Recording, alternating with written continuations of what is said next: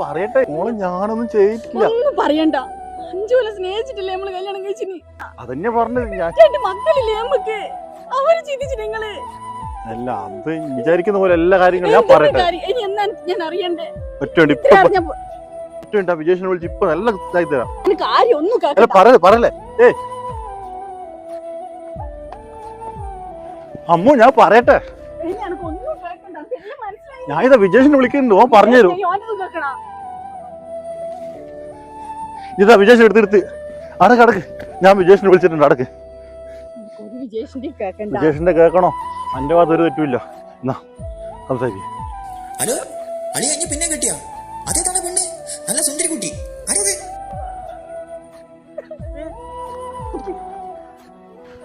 എടാ വിജേഷ് എന്ന് പറഞ്ഞേ, പറഞ്ഞിട്ട് പോ. എടാ മറ്റേ ജമിനിയില്ലേ, അതിനെ കൊണ്ടുള്ള പ്രശ്നം ഇത്. അരുണ് കല്യാണം കഴിച്ച പുതിയ പെണ്ണിന്റെ പേര് കിട്ടി, ജമിനി. അതെ. അമ്മോ, എടാ ചെലവുണ്ട്.